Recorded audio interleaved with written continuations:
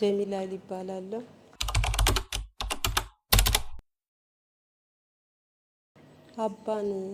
አባን ማውቃቸው በጣም አሞኝ መቀመጥ አልችልም። ከተቀመጥኩ በኋላ መነሳት አልችልም። በጣም አሞኝ ነው ወደዚህ ተቋም የመጣሁ። ከዛ አባ ጋር ተገናኘው። ሌላ ቦታ ሕክምናም ብዙ ረጅም ጊዜ እንትን ብያለሁ እና መፍትሄ የለውም ጤነኛ ነሽ ነው የሚሉኝ። እኔ ግን ውስጤ እየተጎዳ ልጆች አሉ ልጆችን መንከባከብ ራሱ አልችልም ነበር። እንደ ልቤ ተሯሩጬ እንትን አልላቸውም አቅቶኝ እያለ ነው ከዚህ ሰው ነው ይዞኝ የመጣ።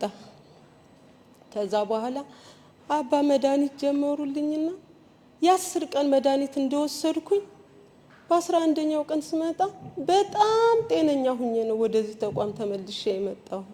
ለውጥ የሚያየው ወዲያው በ11ኛ ቀን ስመጣ ለውጥ እንዳየሁ ነገርኳቸው እና አሁንም ጤናዬን እሳቸው እየተከታተልኩ አልሐምዱሊላህ ደህና ነኝ። እና አባ ሀያታቸውን አላህ ረጅም ያድርግልኝ፣ እድሜ ይስጥልኝ።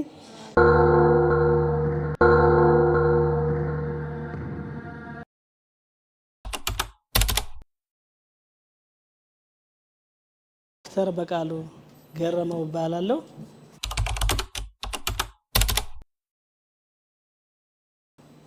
የምንተዋወቀው ከሳቸው ጋር ቀበሌ 9 የቤት ክራይ ላይ እያሉ ነው የነበረ። በዚያን ሰዓት ላይ አብረን እነሱ በቤተ ክህነት እያገለገሉ እኔም ከቤታቸው ብዙ መጽሐፍት ነበሩ። እነዚያን መጽሐፍቶች እየጠበቁ አድር ነበረ። በዚያን ሰዓት ላይ በአጋጣሚ ሆኖ የኔ ህፃን ልጅ ይታመማል። ምሄድበትና ምደርስበት አጣው። በወቅቱ የኔ ወንድም ነበረ። ወንድሜ ሄድና እስኪ እናባን ጠይቃቸው ብሎ ሲነግረኝ እሺ ብዬ ነገርኳቸው። ደግሞ ካለቀሰ ልጅህ ናና ተመልሰህ ያለውን መፍትሄ እስኪ እንትን እንላለን ብለን አወራን ከሳቸው ጋር። እግሬ ከበራቸው አልወጣም። እውነት ለመናገር ልጄ በድጋሚ ለቅሶውንና ሮሮውን ገለጸ። ከዚያ አባ አሁንም እያለቀሰ ነው ምናምን ስላቸው ብድግ አሉና እሳቸው በጥበባቸው እግዚአብሔር ይመስገን ያላቸውን ነገር ከሳቸው ማረም እና መድኃኒቷን ይዘው መጡና ጸሎት አድርገው ያችን መድኃኒት ከሰጡት በኋላ ልጄ እንቅልፉን ተኝቶ አደረልኝ። ከዚያን ጊዜ ጀምሮ በጣም ጥብቅ ግንኙነት አለን። ከዚያ በኋላ ከነሱ ጋር በጣም ብዙ ጊዜ ከ7 ዓመት በላይ ይሆናል ግንኙነታችን። አልጀመሩም። እውነት ነው። የዛኔ ከ7 ዓመት በላይ ነው እኛ የተገናኘነ። በይፋ ማውቀው ነገር የነሱን ጥበብ አላውቅም ነበር በዛን ሰዓት። አቢ ከታመመ ቀን ጀምሮ ነው ጥበባቸውን ላውቅ የቻልሁት። እዚያ ጊዜ ጀምሮ በቃ ያላቸውን ነገር ማታ ላይ እንወያያለን፣ እሳቸው ጋር እናወራለን። ከኔ ጋር መስራት አለብህ ይሉኛል እና እኔ አላቅም የነሱን ጥበባቸውን በጣም እሺ እያልሁ ብዙ ጊዜ ነው የፈጀብኝ። ከእሳቸው ጋር ከ1 ዓመት በላይ ነው አሁን እውነት ለመናገር እየሰራን ያለን። በቅርብ ነው ሙሉ 24 ሰዓት አሁን ማገልገል የጀመርሁት። ምክንያቱም ጥበባቸው ሲገባኝ የነሱ ጥበብ ረቂቅ ነው። እውነት ለመናገር በአይን አይታይም። የሚሰሩት በጣም የሚገርም ነው። እውነቴን ለመናገር ማሽናቸው ከማሽን ተነስታቸው ብታዩት እኔ ይሄን ያክል 11 ዓመት በላይ ስራ ሰርቻለሁ በሕክምና በዘመናዊ። ነገር ግን 1 ዓመት ከ6 ወር ይሆናል በትንሹ እነሱ ያዩትንና 11 ዓመት የሰራሁትን ጊዜ እኔ የእውነት ማማረርበት ጊዜ ነው። 11 ዓመት ምንም ሰራሁ ብዬ አላስብሁም። ከሳቸው ጋር ሁኜ የሰሩት ስራ ግን ለአእምሮዬ ረፍት ለህሊና እርካታ ሰጥቶኝ 24 ሰዓት ከሳቸው ጋር ሁኜ ማገልገል ፈልጋለሁ ብዬ ጠይቄ እሳቸው ጋር ተነጋግረን 24 ሰዓት አሁንም እየሰራው ገኛለሁ።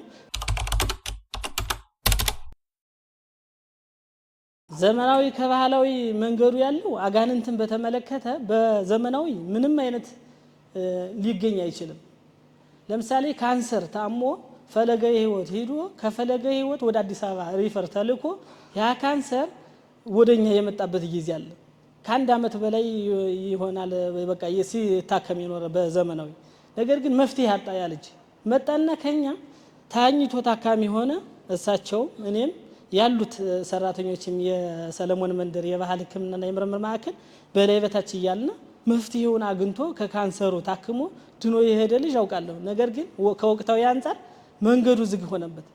ምስክርነት በአካል መጥቼ መመስከር እፈልጋለሁ ያለ ነበር ሊገኝልኝ አልቻለም። እውነት ለመናገር ከወቅታዊ ጉዳይ አንፃር ነው ይሄ እና የባህላውና የዘመናዊ አንደኛ ዘመናዊን ከባህላዊ አምረን ነው የምንሰራው። ግንኙነታቸው አንድ ነው። ያላቸው ነገር ምንድነው? በግራምና መድኃኒቶች በግራም ህፃናት በክብደታቸው ሌሎችም ትልልቆች አዛውንቶች በክብደታቸው እየተመዘነ መድኃኒቶችን ማኔጅ አድርጎ እየሰጠንና እየሰራንበት የምንገኝበት አግባብ ላይ ነው ያለን።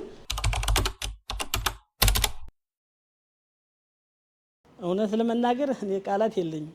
ሙሉ በሙሉ እኔ እርካታ አእምሮዬ ሙሉ በሙሉ ከማንኛውም ነገር ጽዱ ነው ከሳቸው ጋር በመስራት እግዚአብሔር ይመስገን። አባታችን ሺህ ዓመት ይኑሩልን። እውነት ለመናገር እንደዚህ የታሰሩትን በካንሰር በስኳር ሌሎችም የነርቭ ችግር ያጋጠማቸውን ህሙማን እያከሙ ነው ያሉ። አሁንም ሺህ ዓመት ይኑሩልን፣ ዘላለም ይኑሩልን። ጥበባቸውን ለመውረስ ደግሞ እግዚአብሔር ይፍቀድልን።